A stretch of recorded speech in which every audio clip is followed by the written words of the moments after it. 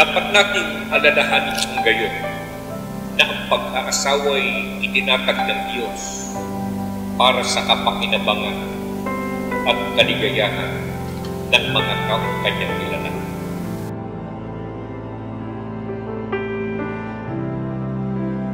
Isang mabait na babae, sinong makakasumpo?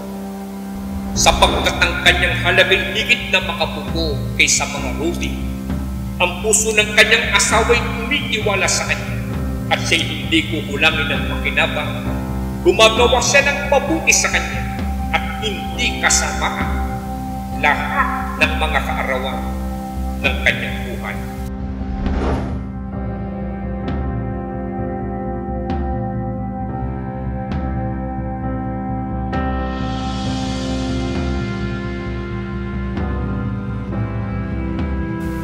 Iiwan ng lalaki ang kanyang ama at ina at makikisama sa kanyang asawa.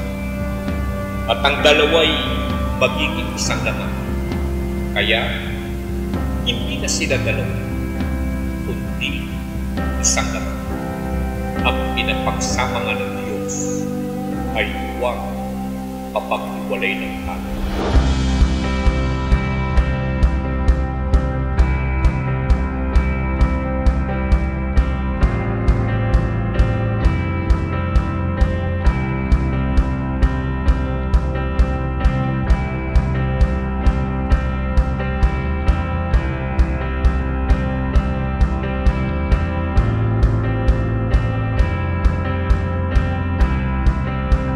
Kapatid na John Christopher, kapatid na Strawberry, ang mga kautusan ng Diyos sa lalaki at sa babae na magkaasawa.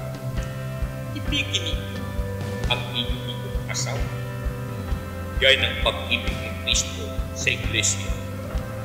Inihandog niya ang kanyang buhay para dito.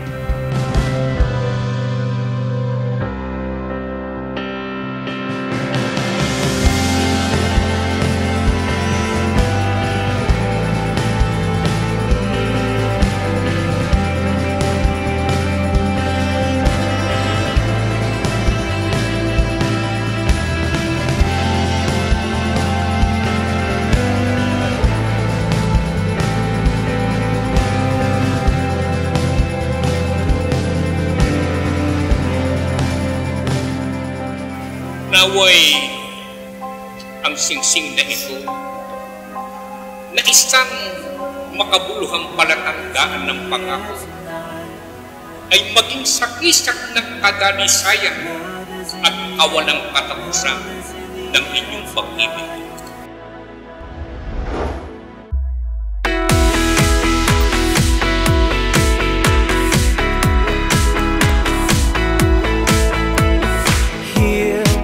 Under the bright lights, no one around, it's only you and me. Here until the sunrise, I wanna stay with you and never leave. The world's slowing down, my heart's beating up. I know I might seem crazy. I look into your eyes, lighting up the night when you are with me. Love is in the air tonight. Love is everywhere tonight. Moving through my heart like the wind. I come alive as I breathe it in. Love is in the air. Love is in the air tonight. Tonight. Love is in the air. Love is in the air tonight. Here we're feeling weightless as we escape gravity. Where will this take us? Imagine what we can be. The world's slowing down, my heart's speeding up. I know I might seem crazy. I look into your eyes, lighting up the night when you are with me. Love is in the air tonight. Love is everywhere tonight. Moving